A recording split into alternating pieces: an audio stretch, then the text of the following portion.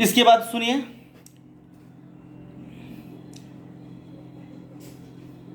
राजा जनक ने विश्वामित्र को बताया कि मैंने प्रतिज्ञा की है कि जो भी शिव धनुष की प्रत्यंचा चढ़ा देगा उसके साथ अपनी पुत्री का विवाह करूंगा।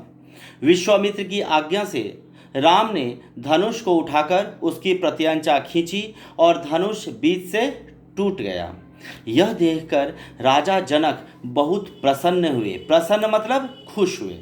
महर्षि विश्वामित्र की अनुमति पाकर राजा जनक ने राजा दशरथ को संदेश भेजा। राजा दशरथ बारात लेकर मिथिला पहुंच गए। विवाह से पूर्व जनक ने दशरथ से अनुरोध किया कि वे अपनी छोटी बेटी उर्मिला का विवाह लक्ष्मण से तथा अपने छोटे भाई कुशध्वज की दोनों पुत्रियां मांडवी और श्रुतकीर्ति का विवाह भरत और शत्रुघ्न के साथ करना चाहते हैं, जिसे राजा दशरथ ने स्वीकार कर लिया।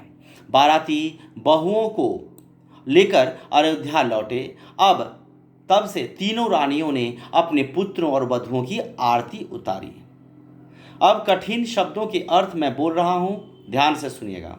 वट, वट का अर्थ होता है किनारा। ओझल का अर्थ होता है गायब। दुर्गम का अर्थ होता है कठिन। आश्वस्त का अर्थ होता है विश्वास होना। वेग का अर्थ होता है गति। अनुमति का अर्थ होता है आज्ञा। सुवासित का अर्थ होता है सुगंधित। अगवानी का अर्थ होता है स्वागत। अब मैं कुछ जो नए विद्यार्थी हैं या जिनको शब्द समझने में या पढ़ने में उच्चारण करने में दिक्कत हो रहा है उनके लिए मैं बोल रहा हूँ जुक्ताक्षर अर्थात संयुक्त अक्षर मैं बोल रहा हूँ, ध्यान से सुनिएगा। म हर्षि, म ह पिटकट स्वय हर्षय अरेफ म हर्षि। विश्वामित्र, वो में हर्षई आधाश्र वो में आका मो में हर्षई अत्र विश्वामित्र। ठीक है। इसके बाद देखिए विश्राम। विश्राम तो ठीक है, वी में व में हर्षई स्र में आका और मो विश्राम। इसके बाद संयुक्ताक्षर देख लेते हैं कहाँ कहाँ है। स्थानीय आधा दंत स थो में आका नौ में दीर्घ य स्थानीय। ठीक है। इसके बाद देखिए कौन कौन से हैं। प्रत्यंचा प्र आधा तो यो में बिंदी चौ में आका प्रत्यंचा मतलब तीर रखने वाला जो तीर का जो लंबा रस्सी होता है उसे कहते हैं प्रत्यंचा। लंबा जो दौड़ी तीर मध्य जो लगाना था धनुषेर मध्य, धनुष में जो लगाया जाता है ना लंबा रस्सी जिसे खींचा जाता है वही उसे कहते हैं प्रत्यंचा।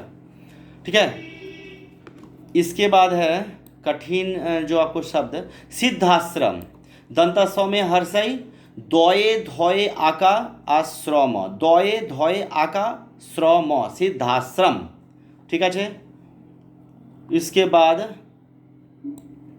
है अनुष्ठान अ नौ में हर्षौ आधा पेट कटा स थ में आका नौ अनुष्ठान।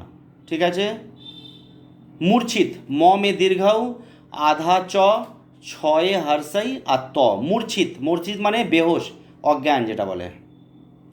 इसके बाद अनुष्ठान हो गए संपन्न दंतस्स आधा म प आधा न और न। ये मैं पहले भी मैं समझाया था इसको, फिर से समझा दे रहा हूँ। इसके बाद कौन सा कठिन शब्द है। प्रत्यंचा हो गया। कुशध्वज, ये तो नाम है कुशध्वज। ठीक है। क में हर्षौ तालवश आधा ध्व वो अर्ज कुशध्वज ये नाम है। ठीक है। जिनका नाम होता है उनका कोई अर्थ नहीं होता, कारण नामेर कोनो मीनिंग्स है ना जे कोनो एक यह सेटर है। ठीक है। तो आशा करता हूँ आप लोग सब समझ गए होंगे। पाठ का सारांश में आप लोगों को समझाया, सिर्फ आपको समझने के लिए। परीक्षा में सारांश नहीं आता है।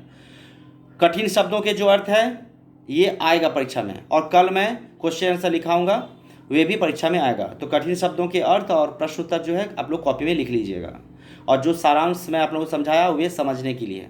और कुछ कुछ शब्द जो नए विद्यार्थी हैं जिनको उच्चारण करने या पढ़ने में दिक्कत होगा मैंने समझा दिया है। आप लोग अच्छी तरह से सुनिएगा, बार बार सुनिएगा। ठीक है। एक बार दो बार से नहीं, बार बार सुनिएगा और उसके बाद समझने का याद करने का प्रयास करिएगा। ठीक है। धन्यवाद इति।